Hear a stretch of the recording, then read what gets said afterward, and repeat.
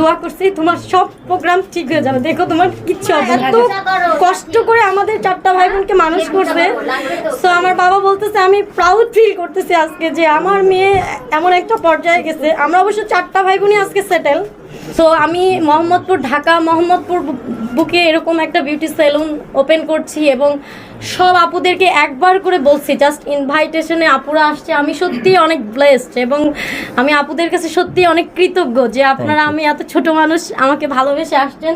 অনেক দোয়া করতেছে। আমার আব্বা কাল ফজরের সময় আমাকে ফোন দিয়ে বলতেছে মা আমি সত্যি এরকম একটা দিনে আমি আমার বাবা মাকে সবচেয়ে বেশি মিস করতেছি, যে ওনারা থাকলে হয়তো নিজের চোখে দেখতো, তারা দেখবে যে ভাইয়াদের মাধ্যমে। আর অবশ্যই ভাইয়ার কথা বলো, আর ভাইয়ের কথা বলতে চাচ্ছি। আর তারপরে বাবা মার পরে পৃথিবীতে কোনো মেয়ের সবচেয়ে শক্তি হচ্ছে তার হাজবেন্ড। Yes true.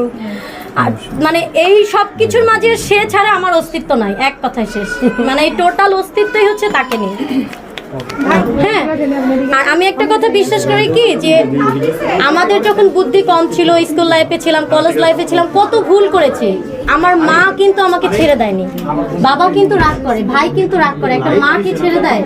তাহলে আমি একটা মেয়ে হয়ে কেন আরেকটা মেয়েকে মানে নেগেটিভ কমেন্ট করব বা জেলাস ফিল করব? এই জন্য আমার ভিতরে নেগেটিভিটি একটু কম, আমার ভিতরে পজিটিভ থিঙ্কটা বেশি এবং আমি পজিটিভ থিঙ্ক নিয়ে কাজ করতে ইয়ে করি। আপনারা প্রশ্ন করবেন যে লাইলা আপুকে কেন করছেন? লাইলা আপুকে পার্সোনালি আমার অনেক ভালো লাগে। হ্যাঁ, আমি ওনাকে পছন্দ করি, এই জন্য আমি লাইলা আপুকে ইনভাইট করছি।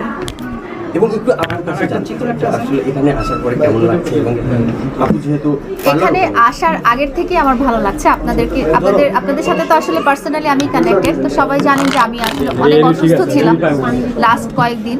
বাট আপুর যে প্রোগ্রামটা, এটাতে আমি আসতে নিজের মন থেকেই ফিল করেছি যে আমার আসতে হবে, কারণ ওনার যে উদ্যোগটা, এটা অনেক অনেক অনেক নারী এবং পুরুষ সবার জন্যই অনুকরণীয়। যখন একটা মানুষ নিজের পায়ে দাঁড়াতে শিখে এবং নিজেকে স্ট্যাবলিশ করে, নিজের স্বপ্নগুলো পূরণ করে, তো তখন সেটা শুধু নারী বলে কোনো কথা থাকে না, সেটা একটা মানুষ হিসেবে হয়ে যায়।